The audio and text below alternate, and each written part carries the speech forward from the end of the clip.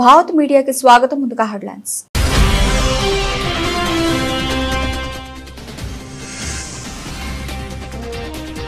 Bricks అనుకూల దేశాలపై 10% అదనపు టారిఫ్లు, మరో బాంబు పేల్చిన ట్రంప్.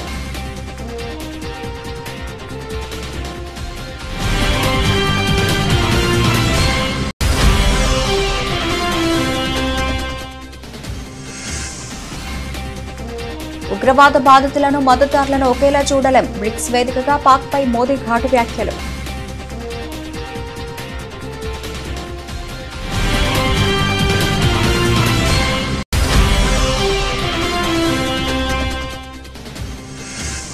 ముంబై 26/11 దాడుల కుట్రపై కీలక వివరాలు వెల్లడించిన రాణా. మాస్టర్ మైండ్ డేవిడ్ హడ్లీకి సాయం చేశానని విచారణలో అంగీకారం.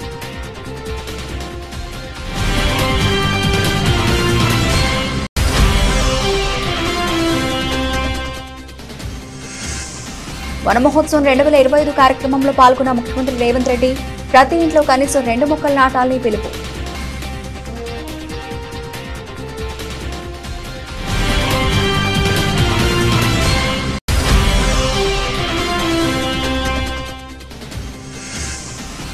నెల్లూరు జిల్లాలోని విఆర్ హైస్కూల్ ప్రారంభోత్సవంలో పాల్గొన్న మంత్రి లోకేష్. సౌత్ ఇండియాలో ఇన్ని వసతులు ఉన్నా స్కూల్ మరొకటి ఉండదేమో అని ప్రశంస.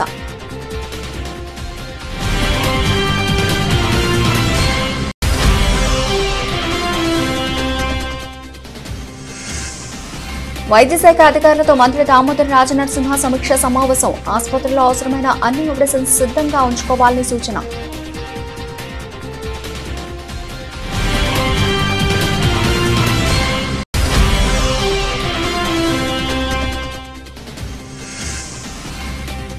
రైతులు ప్రజలను ఇబ్బంది పెడితే వైఎస్ఆర్సీపీ చూస్తూ ఊరుకోదు. మాజీ మంత్రి మేరుగ నాగార్జున హెచ్చరిక.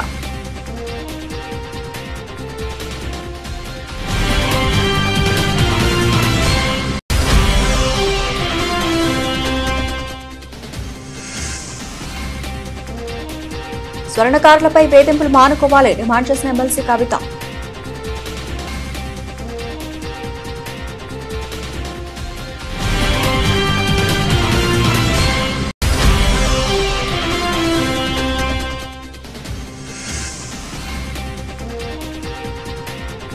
రిషబ్ శెట్టి పుట్టినరోజు సందర్భంగా కాంతారా చాప్టర్ 1 కొత్త పోస్టర్ విడుదల. వీరోచితమైన పవర్ఫుల్ లుక్ తో ఆకట్టుకుంటున్న రిషబ్.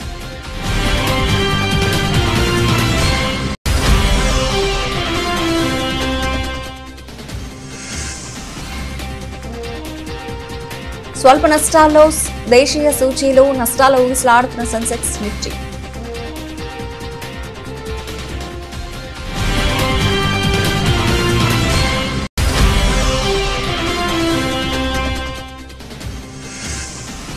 ఇంగ్లాండ్పై భారత్ చారిత్రక విజయం. 336 పరుగుల భారీ తేడాతో గెలుపొందిన టీమిండియా.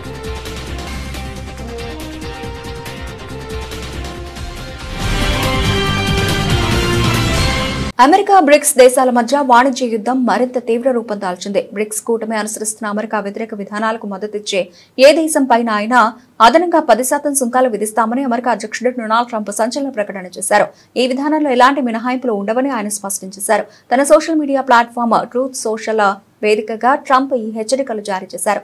బ్రిక్స్ కూటమి అవలంబిస్తున్న అమెరికా వ్యతిరేక విధానాలతో ఏ దేశం ఏకీభవించినా ఆ దేశంపై అదనంగా 10% సుంకం విధిస్తాం. ఈ విషయంలో మీరంతా దృష్టి సారించినందుకు ధన్యవాదాలు అని ఆయన పేర్కొన్నారు. ఈ కొత్త సుంకాల విధానానికి సంబంధించిన అధికారిక లేఖలను వివిధ దేశాలకు పంపనున్నట్లు మరో సందేశంలో తెలిపారు. ప్రస్తుతం బ్రెజిల్లోని రియో డి జెనీరోలో బ్రిక్స్ దేశాల శిఖరాగ్ర సదస్సు జరుగుతోంది. ఈ సదస్సులో అమెరికా ఏకపక్షంగా సుంకాలను పెంచడంపై బ్రిక్స్ దేశాల నేతలు తీవ్ర ఆందోళన వ్యక్తం చేశారు. ఏకపక్షంగా విచక్షణారహితంగా సుంకాలను పెంచడం, ప్రపంచ వాణిజ్య సంస్థ నిబంధనలకు విరుద్ధంగా వ్యవహరించడంపై తీవ్ర ఆందోళన వ్యక్తం చేస్తున్నామని బ్రిక్స్ దేశాలు ఉమ్మడి ప్రకటనలో తెలిపాయి. ఉగ్రవాద బాధితులను, ఉగ్రవాదాన్ని ప్రోత్సహించే వారికి ఒకే తక్కడలో తూయలేమని ప్రధాని నరేంద్ర మోదీ స్పష్టం చేశారు. బ్రెజిల్లో జరుగుతున్న బ్రిక్స్ దేశాల శిఖరాగ్ర సదస్సులో ఆయన మాట్లాడుతూ ఉగ్రవాదానికి మద్దతిస్తున్న పాకిస్తాన్పై తీవ్ర స్థాయిలో విరుచుకుపడ్డారు. ఉగ్రవాద విషయంలో కొందరు తమ రాజకీయ వ్యక్తిగత ప్రయోజనాల కోసం మౌనంగా ఉండటాన్ని కూడా ఆయన తప్పుపట్టారు. ఇటీవల జమ్మూ కాశ్మీర్లోని పహల్గాంలో పాకిస్తాన్ ప్రేరేపిత ఉగ్రవాదులు జరిపిన దాడిలో 26 మంది పర్యాటకులు ప్రాణాలు కోల్పోయిన సంగతి తెలిసిందే. ఈ దాడి నేపథ్యంలో భారత ఆపరేషన్ సింధూర్ చేపట్టి పీఓకేతో పాటు పాకిస్తాన్లోని ఉగ్రవాద శిబిరాలను, సైనిక స్థావరాలను ధ్వంసం చేసింది. ఈ క్రమంలోనే ప్రధాని మోదీ అంతర్జాతీయ వేదికపై పాకిస్తాన్ వైఖరిని ఎండగట్టారు. ఉగ్రవాదాన్ని పాకిస్తాన్ ఒక ప్రభుత్వ విధానంగా మార్చుకుందని భారత్ ఎప్పటి నుంచో ఆధారాలతో సహా ఆరోపిస్తున్న విషయాన్ని పరోక్షంగా గుర్తు చేశారు. పహల్గాం దాడిని ఖండించి భారత్ కు అండగా నిలిచిన దేశాలకు ఆయన ధన్యవాదాలు తెలిపారు. ముంబై 26/11 ఉగ్రదాడుల కేసులో ప్రధాన కుట్రదారుడైన తహవూర్ హుసేన్ రాణా విచారణలో సంచలన విషయాలు వెల్లడించారు. సుదీర్ఘ దౌత్య పోరాటం తర్వాత భారత్కు అప్పగించబడిన 64 ఏళ్ల రాణా ముంబై పోలీసుల క్రైమ్ బ్రాంచ్ విచారణలో దాడుల వెనుక ఉన్న కుట్ర గుట్టు విప్పాడు. దాడుల మాస్టర్ మైండ్ డేవిడ్ కోల్మాన్ హెడ్లీకి తాను ఎలా సహాయపడ్డాడో పూసగుచ్చినట్లు వివరించినట్లు పోలీసు వర్గాలు తెలిపాయి. ముంబైలోని ఛత్రపతి శివాజీ టర్మినస్ వంటి ప్రధాన ప్రాంతాలను లక్ష్యాలుగా గుర్తించడంలో హెడ్లీకి సహకరించానని రాణా అంగీకరించాడు. దాడులకు ముందు ఉగ్రవాదులు నిఘా పెట్టేందుకు వీలుగా ఇమిగ్రెంట్ లా సెంటర్ పేరుతో ఒక ముసుగు కంపెనీని ఏర్పాటు చేయాలనే ఆలోచన తనదేనని రాణా ఒప్పుకున్నాడు. ఈ కంపెనీ ముసుగులోనే హెడ్లీ భారత్లోని పలు నగరాల్లో పర్యటించి సమాచారం సేకరించాడు. గతంలో తాను పాకిస్తాన్ సైన్యంలో కెప్టెన్ హోదాలో డాక్టర్గా పనిచేసినట్లు రాణా వెల్లడించాడు. సియాచిన్ వంటి సున్నిత ప్రాంతాల్లో పనిచేస్తున్నప్పుడు అనారోగ్యం కారణంగా విధులకు దూరం అవడంతో తనను సైన్యం నుంచి పారిపోయిన వ్యక్తిగా ప్రకటించారని తెలిపాడు. ఈ రికార్డును సరిచేయిస్తానని హెడ్లీ హామీ ఇవ్వడంతోనే తాను ఉగ్రకుట్రలో భాగమైనట్లు చెప్పాడు. పాకిస్తాన్ సైనిక యంత్రాంగం, గూఢచార సంస్థ ఐఎస్ఐ, లష్కరే తోయిబా ఉగ్రవాద సంస్థలతో తాను చురుగ్గా సమన్వయం చేసుకున్నట్లు అంగీకరించాడు. దాడుల సూత్రధారులుగా ఆరోపణలు ఎదుర్కొంటున్న సాజిద్ మీర్, అబ్దుల్ రహమాన్ పాషా, మేజర్ ఇక్బాల్ వంటి పాక్ అధికారులు తనకు తెలుసునని కూడా రాణా అంగీకరించినట్లు సమాచారం. ప్రకృతిని మనం కాపాడితేనే ప్రకృతి మనల్ని కాపాడుతుందని తెలంగాణ ముఖ్యమంత్రి రేవంత్ రెడ్డి వ్యాఖ్యానించారు. వనమే మనం, మనమే వనం అని పెద్దలు చెప్పారని గుర్తు చేసుకున్నారు. ఏడాది 18 కోట్ల మొక్కలు నాటాలని తమ ప్రభుత్వం లక్ష్యంగా పెట్టుకుందని చెప్పుకొచ్చారు. అమ్మ పేరుతో ఒక మొక్కను నాటాలని ప్రధానమంత్రి నరేంద్ర మోదీ పిలుపునిచ్చారని గుర్తు చేశారు. అమ్మలు కూడా పిల్లల పేరుతో ఓ మొక్కను నాటాలని సూచించారు సీఎం రేవంత్ రెడ్డి. ప్రతి ఇంట్లో కనీసం 2 మొక్కలు నాటాలని సీఎం రేవంత్ రెడ్డి కోరారు. మీ పిల్లల్లాగే వాటిని సంరక్షిస్తే తెలంగాణ రాష్ట్రమంతా పచ్చదనంతో నిండిపోతుందని ఉద్ఘాటించారు. ఇవాళ ప్రొఫెసర్ జయశంకర్ వ్యవసాయ విశ్వవిద్యాలయంలో వన మహోత్సవం 2025 కార్యక్రమంలో ముఖ్యమంత్రి రేవంత్ రెడ్డి పాల్గొన్నారు. ఈ సందర్భంగా రుద్రాక్ష మొక్కను నాటి వన మహోత్సవాన్ని సీఎం ప్రారంభించారు. కార్యక్రమంలో మంత్రి కొండా సురేఖ, వేం నరేందర్ రెడ్డి, పీసీసీ డాక్టర్ సువర్ణ, ఇతర అటవీ అధికారులు పాల్గొన్నారు. అనంతరం అటవీ శాఖ హెచ్ఎండీ ఆధ్వర్యంలో ఏర్పాటు చేసిన ఫోటో ఎగ్జిబిషన్ తిలకించారు. ఈ సందర్భంగా మీడియాతో సీఎం రేవంత్ రెడ్డి మాట్లాడారు. ఒకప్పుడు సోలార్ వ్యాపారం, సోలార్ పవర్ ప్లాంట్స్ పెట్టాలంటే అదానీలు రావాలి, అదానీల వ్యాపారం అనేది. కానీ ఈరోజు 1000 మెగావాట్ల సోలార్ పవర్ ప్లాంట్స్ ఈరోజు మా అక్కల చేతుల్లో పెట్టి స్వయం సహాయక సంఘాలకు బాధ్యత ఇచ్చి ఈరోజు 1000 మెగావాట్ల సోలార్ విద్యుత్ ఉత్పత్తి ఒప్పందాలు విద్యుత్ శాఖతోని మా ఆడబిడ్డల చేతిలో, మా అక్కల చేతిలో పెట్టినాం. అదే కాదు, ఈరోజు ఆర్టీసీ బస్సులో మా అక్కలు ఉచిత ప్రయాణం చేస్తున్నారు. గతంలో అమ్మగారి ఇంటికి వెళ్ళాలన్నా, అమ్మవారిని దర్శనం చేసుకోవాలన్నా మా అక్కలకైతే ఇంటి ఆయననో లేకపోతే కొడుకునో పైసలు అడగాల్సిన పరిస్థితి, కిరాయి పైసలు. ఇప్పుడు ఇంటి ఆయన పని మీద ఆఫీస్కి పోతే అక్క అమ్మగారి ఇంటికి పోయి అమ్మని చూసి మళ్ళీ ఇంటికి ఆయన వచ్చే లోపల వచ్చేటట్టు ఉచిత బస్సు ప్రయాణం ఇచ్చినాం. బస్సుల్లో ఉచితంగా మా అక్కలు, మా చెల్లెళ్ళు ప్రయాణం చేయడం కాదు, ఈరోజు రాష్ట్రంలో 1000 బస్సులు కొని మా ఆడబిడ్డలే ఆర్టీసీకి కిరాయికి పెట్టినారు. ఇలా 1000 బస్సుల యజమానులు మా అక్కలు అయినరానంటే ఈరోజు వాళ్ళ చేతుల్లో వ్యాపారం ఉంటే బాగుంటుంది అని చెప్పి మా అక్కల కోసం ఈరోజు ప్రత్యేకమైన ప్రణాళికలు చేసినాం. ఈరోజు హైటెక్ సిటీ అంటే మన వాళ్ళందరూ విప్రోనో, ఇన్ఫోసిస్నో లేకపోతే మైక్రోసాఫ్టో ఇట్లాంటివి మా పాత్రికేయ మిత్రులు పేపర్లలో రాస్తుంటారు. కానీ మా అక్కలకు హైటెక్ సిటీ పక్కన, హైటెక్ సిటీ ఎంతుందో అంత 3.5 ఎకరాలలో కొన్ని 100 కోట్ల రూపాయల స్థలాన్ని వాళ్ళకిచ్చి ఇందిరా మహిళా శక్తి పేరు మీద రాష్ట్రం నలుమూలలో వాళ్ళు ఉత్పత్తి చేసిన వస్తువులను ఈరోజు ప్రపంచ దిగ్గజ కంపెనీలతో పోటీపడి నిర్వహించే విధంగా ఈరోజు మరి మా ఆడబిడ్డలకు ఇచ్చినాం.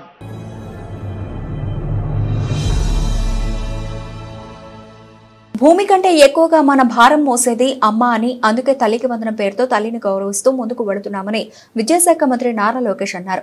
జిల్లాలోని విఆర్ హైస్కూల్ ప్రారంభోత్సవం అనంతరం మంత్రి మాట్లాడుతూ ఉపాధ్యాయులను చూస్తే దేవుళ్లు గుర్తొస్తారని తెలిపారు. 150 ఏళ్ల చరిత్ర ఉన్న విఆర్ పాఠశాల 6 నెలల కిందట ఘోరమైన పరిస్థితి చూస్తే చాలా ఆశ్చర్యపడ్డానని, ఇప్పుడు చూసి అసూయపడుతున్నట్లు చమత్కరించారు.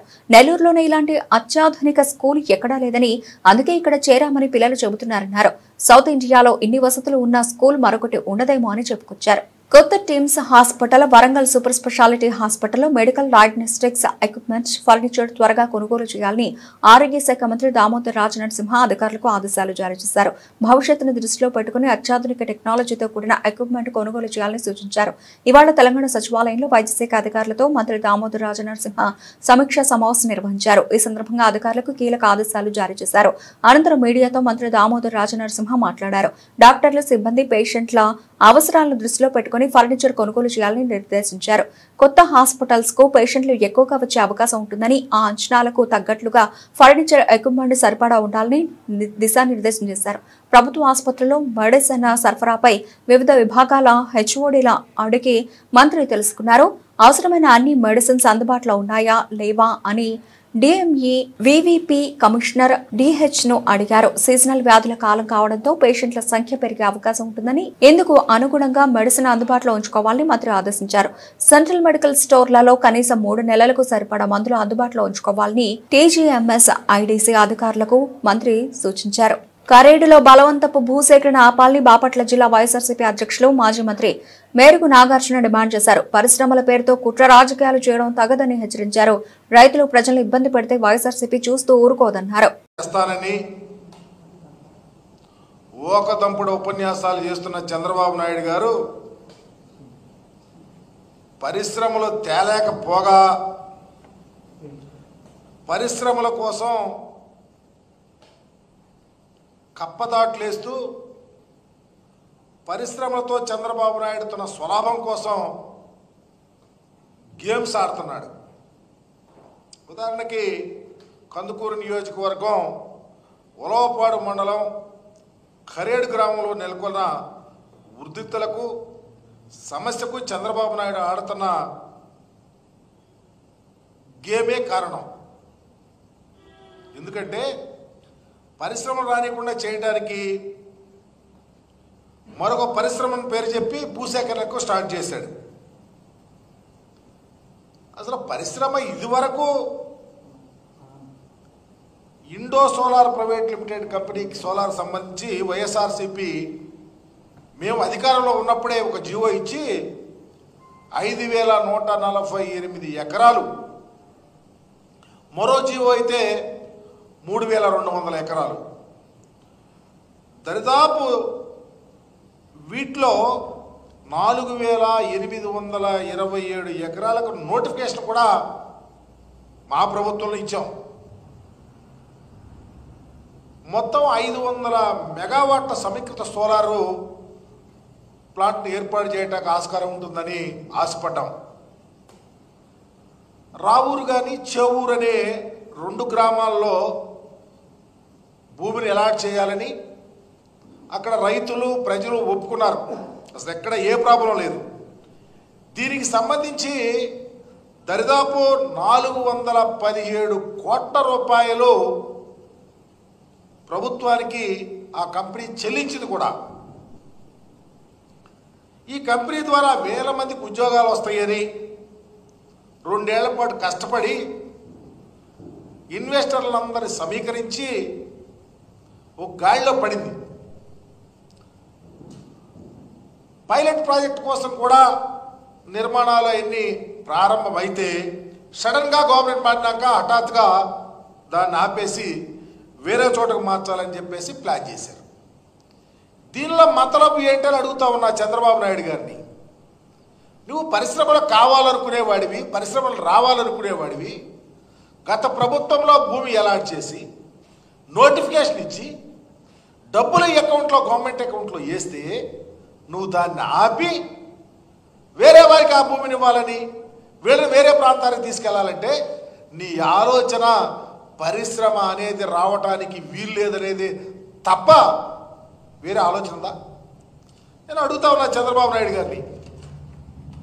కరేడు గ్రామంలో దరిదాపు 8,000 ఎకరాలు సేకరిస్తామంటూ నోటిఫికేషన్ జారీ చేయాల్సినటువంటి అవసరం ఎందుకు వచ్చింది? నేను చంద్రబాబు నాయుడు ఏకలవ్య భవన నిర్మాణాన్ని వెంటనే పూర్తి చేయాలని జాగృతి వ్యవస్థాపక అధ్యక్షురాలు ఎమ్మెల్సీ కల్వకుంట్ల కవిత రాష్ట్ర ప్రభుత్వాన్ని డిమాండ్ చేశారు. మాజీ సీఎం కేసీఆర్ మొదలుపెట్టిన ఏకలవ్య భవన నిర్మాణాన్ని పూర్తి చేయలేని పరిస్థితుల్లో ఈ ప్రభుత్వం ఉందని విమర్శించారు. తెలంగాణ ఆదివాసీ ఎరుకల సంఘం రాష్ట్ర అధ్యక్షుడు లోకిని రాజు, ఎరుకల ఉద్యోగుల సంక్షేమ సంఘం రాష్ట్ర కమిటీ సంయుక్త ఆధ్వర్యంలో ట్యాంక్ బండపై ఉన్న కొమరం భీం విగ్రహం వద్ద ఏకలవ్య జయంతి ఉత్సవాలను నిర్వహించారు. కార్యక్రమానికి కవిత హాజరై ఏకలవ్య చిత్రపటానికి పూలమాలలు వేసి ఘనంగా నివాళులర్పించారు. ఈ సందర్భంగా ఆమె మాట్లాడుతూ తెలంగాణ ఏర్పడిన తర్వాత నాటి సీఎం కేసీఆర్ ఎరుకల కులస్తుల అభివృద్ధి కోసం ఎంపవర్మెంట్ స్కీమ్ ను ప్రవేశపెట్టారని, కానీ కాంగ్రెస్ ప్రభుత్వం ఆ పథకాన్ని తుంగలో తొక్కిందన్నారు. తాను శాసనమండలిలో ఈ అంశాన్ని ప్రభుత్వం దృష్టికి తీసుకెళ్లినా ఎలాంటి చలనం లేదని విమర్శించారు. 50,000 ఎరుకల కుటుంబాలకు 60 కోట్ల రూపాయల మేర లబ్ధి చేకూర్చే పథకాన్ని మెరుగుపరిచి ప్రభుత్వం యథాతథంగా అమలు చేయాలన్నారు. 500 కోట్ల రూపాయలతో ఎరుకల కార్పొరేషన్ ఏర్పాటు చేయాలని డిమాండ్ చేశారు. ఫ్యూచర్ లో ఏకలవ్యుడి విగ్రహాన్ని కూడా మరి ఏర్పాటు చేసుకునే ప్రయత్నం కూడా తప్పకుండా మనందరం కూడా చేద్దామని చెప్పి సందర్భంగా తెలియజేస్తూ, మరి ఇవాళ భారతదేశ చరిత్ర ఎక్కడ చూసినా ఇప్పటి వరకు కూడా బహుజన వర్గాలకు సంబంధించి ఏ విధంగా అణచివేత ఉందనడానికి ఏకలవ్యుని యొక్క జీవితమే ఉదాహరణ. మరి ఆనాడు గురుభక్తితో ఉండి కేవలం ఒక వ్యక్తే తన గురువుని నమ్మినా సరే ఆ వ్యక్తి కూడా తనను ముందుకు తీసుకొని పోకపోయినా కూడా చరిత్రలో నిలబడిపోయేటటువంటి త్యాగాన్ని చేసినటువంటి ఏకలవ్యుడు నిజంగా మనందరికి కూడా ఒక రకంగా ఆరాధ్య దైవం అవ్వాలి, స్ఫూర్తి ప్రదాత అవ్వాలి. ఆయనకు ఆనాడు అన్యాయం జరిగి ఉండవచ్చు గాక, కానీ ఆయన గురుభక్తిని వీడలేదు, సమాజానికి ఒక మంచి తోవని చూపించే ప్రయత్నమే చేసిండ్రు. కానీ ఇప్పుడు మనందరం కూడా ఆయన వారసులుగా, ఆయన బిడ్డలుగా మనకు అన్యాయం జరగకుండా, మన స్థానం రాజకీయంగా మనకు వచ్చే విధంగా, మన స్థానం మనకు ఆర్థికంగా వచ్చే విధంగా, ఉద్యోగ విద్యావకాశాల్లో వచ్చే విధంగా సమాజానికి పాటుపడుతూ తెలంగాణలో అందరం కూడా కలిసి ముందుకు అడుగు వేయాలని చెప్పి ఈ సందర్భంగా పిలుపునిస్తా ఉన్నాను. దానికోసం నా వంతు ప్రయత్నంగా నేను మీ అందరినీ కలుపుకొని పోయి అనేక ఉద్యమాల్లో మనం ఇవాళ పాల్పంచుకుంటా ఉన్నాము. మీరు చెప్పినట్టుగా కేసీఆర్ గారు ఆనాడు కట్టించినటువంటి భవనం ఇవాళ కనీసం పూర్తి చేయలేని పరిస్థితులలో రాష్ట్ర ప్రభుత్వం ఉండడం చాలా దారుణం. ఏకలవ్య భవనం తప్పకుండా త్వరితగతిన పూర్తి చేయాలని ముందుగా కాంగ్రెస్ ప్రభుత్వాన్ని నేను డిమాండ్ చేస్తూ ఉన్నాను. అదేవిధంగా మరి ఎస్ స్కీమ్, YES అంటే ఎరుకల ఎంపవర్మెంట్ స్కీమ్ అనేటటువంటి పథకాన్ని గౌరవ పెద్దలు కేసీఆర్ గారు ఆనాడు ప్రవేశపెట్టడం జరిగింది. దాన్ని ఇప్పుడు ప్రభుత్వం కంప్లీట్గా తుంగలోకి తొక్కింది. 2-3 సార్లు లెజిస్లేటివ్ కౌన్సిల్లో కూడా మీ తరఫున ఈ అంశాన్ని నేను ప్రస్తావించినప్పటికీ కూడా ప్రభుత్వానికి కనీసం చీమగుట్టినట్టుగా లేకపోవడం చాలా దారుణం. ఈరోజు ఏకలవ్యుని జయంతి సందర్భంగా మళ్ళొకసారి ప్రభుత్వాన్ని డిమాండ్ చేస్తూ ఉన్నాను. ఏదైతే 60 కోట్ల రూపాయలు 50,000 ఎరుకల కుటుంబాలకు లబ్ధి చేకూర్చే విధంగా కేసీఆర్ గారు ఆనాడు ప్రవేశపెట్టినారో ఆ పథకాన్ని యథాతథంగా లేకపోతే ఇంకొంత మెరుగుపరిచి ఇంకా ఎక్కువ కుటుంబాలను కూడా కలుపుకొని చేసే విధంగా ఇప్పుడున్నటువంటి ప్రభుత్వం వెంటనే ప్రయత్నం ప్రారంభించాలని చెప్పి ముఖ్యమంత్రి గారిని డిమాండ్ చేస్తూ ఉన్నాను. మీరు అన్నట్టుగా ఆనాడు ఎమ్మెల్సీగా కూర సత్యనారాయణ గారికి గౌరవ ముఖ్యమంత్రి గారు కేసీఆర్ గారు ఇచ్చినప్పటికీ మరి గవర్నర్ గారు రిజెక్ట్ చేయడం అన్నది కూడా రాజకీయంగానే జరిగినటువంటి అంశమని నేను భావిస్తూ ఉన్నాను. ఇటువంటి రాజకీయాలకు అతీతంగా మనం ఎరుకల సోదరుల యొక్క రాజకీయ అభివృద్ధి భక్తులకు నాణ్యతతో కూడిన రుచికరమైన అన్నప్రసాదం అందించాలనే లక్ష్యంతో తిరుమల తిరుపతి దేవస్థానం కీలక నిర్ణయం తీసుకుంది. అన్నప్రసాద కేంద్రాల్లో మధ్యాహ్న భోజన సమయంలో మాత్రమే కాకుండా రాత్రి భోజనంలోనూ భక్తులకు వడలను వడ్డించేందుకు ఏర్పాట్లు చేపట్టింది. తిరుమలలోని తరిగొండ వెంగమామ అన్నప్రసాద కేంద్రంలో టీటీడీ చైర్మన్ బిఆర్ నాయుడు వడల పంపిణీని ప్రారంభించారు. స్వయంగా భక్తులకు వడ్డించారు. ఈ సందర్భంగా బిఆర్ నాయుడు మీడియాతో మాట్లాడుతూ ప్రస్తుతం రోజుకు సుమారు 70,000 నుంచి 75,000 వడలను ప్రత్యేకంగా తయారు చేసి భక్తులకు వడ్డిస్తున్నామని చెప్పారు. భోజన నాణ్యతను మెరుగుపరిచే దిశగా ఈ చర్యలు కొనసాగుతాయని ఆయన పేర్కొన్నారు. రోజు ఉదయం 11 గంటల నుండి రాత్రి 10 గంటల వరకు అన్నప్రసాదంలో భక్తులకు వడలు అందించనున్నారని తెలిపారు. మార్చి 6వ తారీఖు నుంచి మనం ఈ వడలు అనేటువంటిది ఆ పదార్థం ఏదైతే ఉందో దాన్ని భక్తులకి అందజేయడం జరుగుతూ వచ్చింది. కాకపోతే కొన్ని కారణాల వల్ల అది ప్రతిరోజు 40,000 వరకే ఈ వడలు తయారు చేసే అవకాశం ఉండింది. ఇప్పుడు దాన్ని పొద్దున్నే 11 గంటల నుంచి రాత్రి 10:30-11 గంటల వరకు నిత్యం ప్రతిరోజు ప్రతి ఒక్కరికి ఈ వడలు ఈ రోజు నుంచి వడ్డించడం జరుగుతుంది. ఆ సందర్భంగా భక్తులు కూడా చాలామందిని అడిగాం. వాళ్ళందరూ కూడా చాలా హ్యాపీగా ఉన్నారు. వడలతో పాటు అన్ని పదార్థాలు కూడా చాలా చక్కగా బ్రహ్మాండంగా అందరూ 100% సంతృప్తి వ్యక్తం చేస్తున్నారు. ఇక ఇది నిరంతరం ప్రక్రియ కొనసాగుతుంది. ఈ పొద్దున్నే 11 గంటల నుంచి రాత్రి 10:30, 11 గంటల వరకు. ఇది ఈరోజు దాన్ని కూడా ప్రారంభిద్దామని వచ్చాము. నథింగ్ స్పెషల్, పాతదే స్కీమ్, ఇది కొత్తదేం కాదు. కాకపోతే మధ్యాహ్నం వరకే పెట్టేవాళ్ళు ఇదివరకు, ఇప్పుడు రాత్రి వరకు కూడా పెట్టాలనేది. ఎందుకంటే కొన్ని కారణాల వల్ల కొన్ని ప్రొవిజన్స్ అయితే ఏముంది, లేకపోతే ఈ వర్కర్స్ వీళ్ళందరినీ సమకూర్చుకోవటంలో కొంత లేట్ అయింది. అదే ఈ రోజు నుంచి ఫుల్ ఫ్లెడ్జ్డ్గా పంపిస్తామని చెప్పేసి అందరికీ తెలియజేస్తున్నాం. భక్తులందరూ కూడా ఈ అవకాశాన్ని వినియోగించుకోవాలని చెప్పేసి మనస్ఫూర్తిగా కోరుతున్నాం. ఇక్కడ ఇవన్నీ కూడా ఏర్పాటు చేస్తున్నటువంటి ఎవరైతే అన్నదానంలో పనిచేస్తున్నటువంటి ప్రతి ఒక్కరికి, ముఖ్యంగా శాస్త్రి గారికి కూడా ఈ సందర్భంగా ధన్యవాదాలు తెలుసుకుంటాం. ఓం నమో. పోలీసులు స్వర్ణకారులను వేధించడం మానుకోవాలని ఎమ్మెల్సీ కవిత అన్నారు. కేసులకు భయపడి స్వర్ణకారులు ఆత్మహత్యలు చేసుకోవద్దని కోరారు. బంగారం వృత్తి చేసుకునే వారికి సర్కారు రుణాలు ఇవ్వాలని, కార్పొరేట్ సంస్థలతో పోటీ పడేలా విశ్వకర్మలకు చేయూతనివ్వాలని డిమాండ్ చేశారు. ప్రధానంగా స్వర్ణకార వృత్తిలో ఉన్నటువంటి అనేక మంది ఆత్మహత్యలకు సంబంధించినటువంటి అంశాలు ఈ మధ్య పత్రికలలో, టీవీ ఛానల్లో చూసి చాలా బాధపడుతూ వచ్చాము. వాస్తవానికి విశ్వకర్మలందరూ వారి చేతి వృత్తులన్నీ కూడా తెలంగాణకే కాదు యావత్ భారతదేశానికి ఊపిరిపోసినటువంటి వృత్తి పనులు ఇవన్నీ కూడా.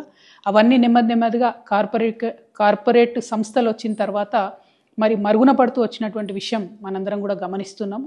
కానీ మన భారతదేశంలో బంగారానికి ఉండేటటువంటి ప్రాధాన్యత, నగలకు ఉండేటటువంటి పవిత్రత, వీటితోని స్వర్ణకార వృత్తిలోకి కేవలం స్వర్ణకారులే కాకుండా గౌడ్స్ కావచ్చు, వైశ్యాస్ కావచ్చు, అనేకమైన ఇతరులు కూడా వచ్చి చాలా చోట్ల బంగారు షాపులు పెట్టుకోవడము, నగలకు సంబంధించిన వ్యాపారాలు చేయడాన్ని మనం చూస్తూ వస్తున్నాము.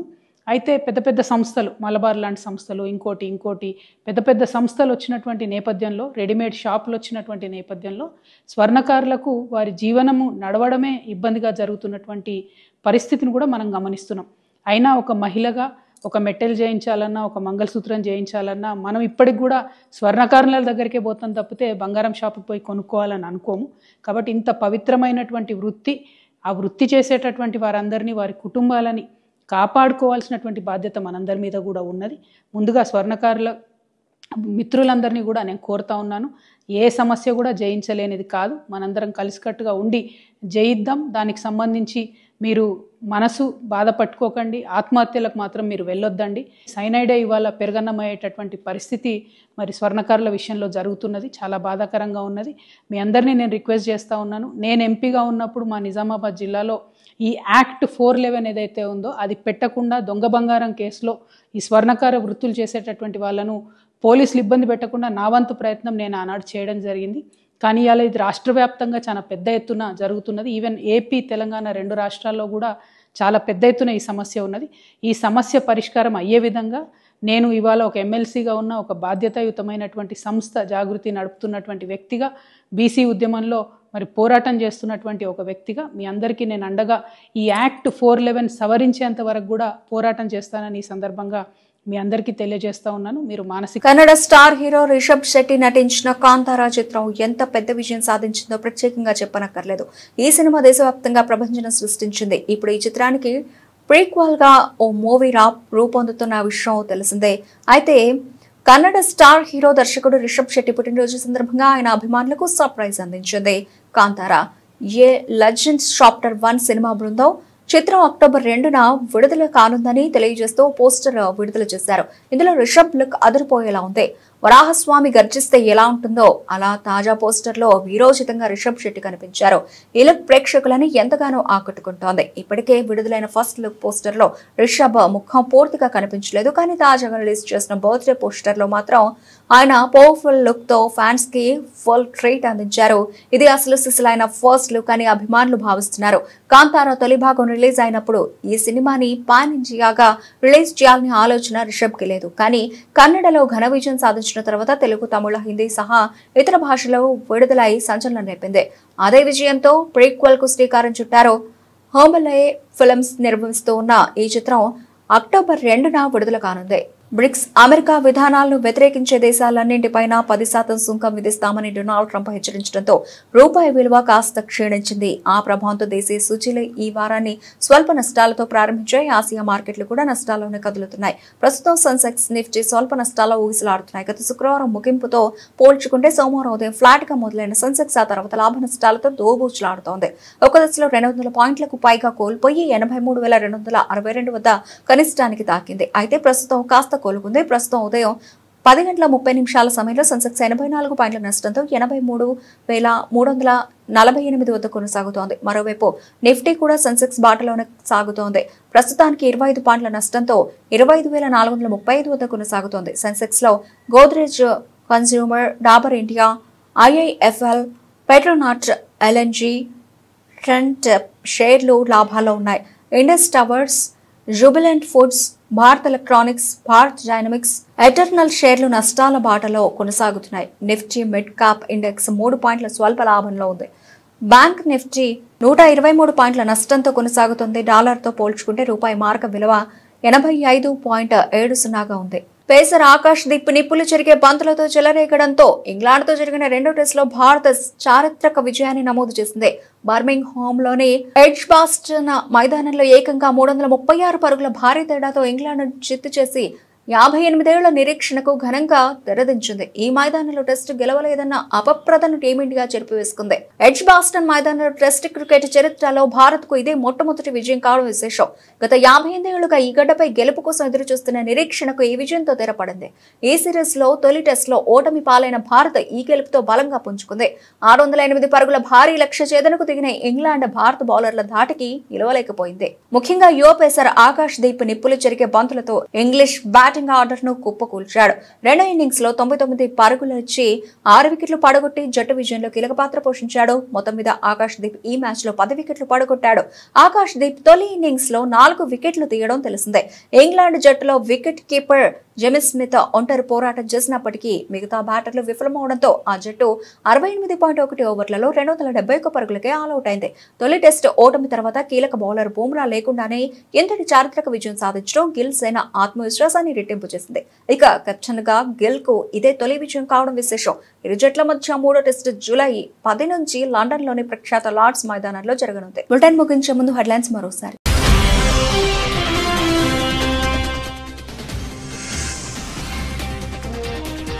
బ్రిక్స్ అనుకూల దేశాలపై 10% అదనపు టారిఫ్లు, మరో బాంబు పేల్చిన ట్రంప్.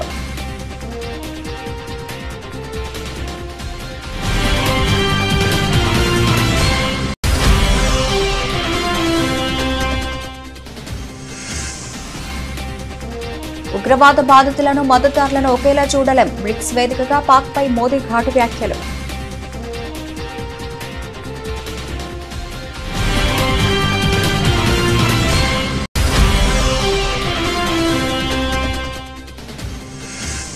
ముంబై 26/11 దాడుల కుట్రపై కీలక వివరాలు వెల్లడించిన రాణా. మాస్టర్ మైండ్ డేవిడ్ హడ్లీకి సాయం చేశానని విచారణలో అంగీకారం.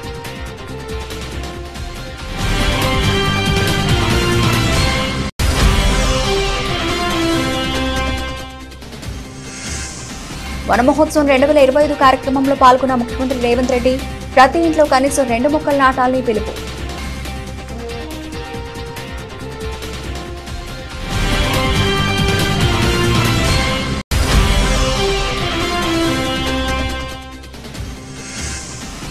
నెల్లూరు జిల్లాలోని విఆర్ హైస్కూల్ ప్రారంభోత్సవంలో పాల్గొన్న మంత్రి లోకేష్. సౌత్ ఇండియాలో ఇన్ని వసతులు ఉన్న స్కూల్ మరొకటి ఉండదేమో అని ప్రశంస.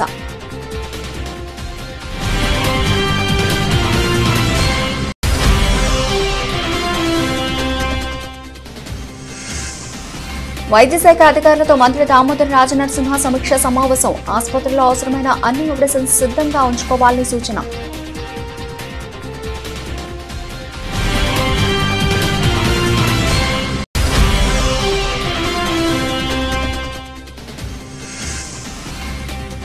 రైతులు ప్రజలను ఇబ్బంది పెడితే వైఎస్ఆర్సీపీ చూస్తూ ఊరుకోదు. మాజీ మంత్రి మేరుగ నాగార్జున హెచ్చరిక.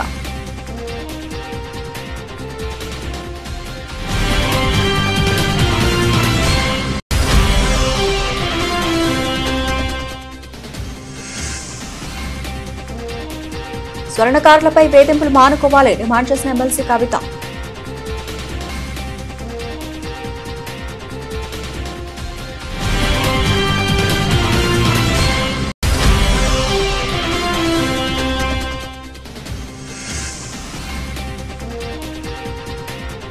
రిషబ్ శెట్టి పుట్టినరోజు సందర్భంగా కాంతారా చాప్టర్ 1 కొత్త పోస్టర్ విడుదల. వీరోచితమైన పవర్ఫుల్ లుక్ తో ఆకట్టుకుంటున్న రిషబ్.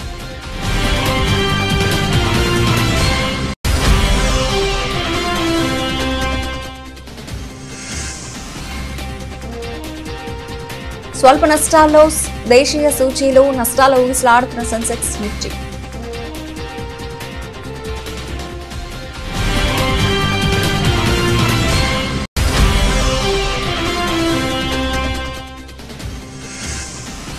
ఇంగ్లాండ్పై భారత్ చారిత్రక విజయం. 336 పరుగుల భారీ తేడాతో గెలుపొందిన టీమిండియా.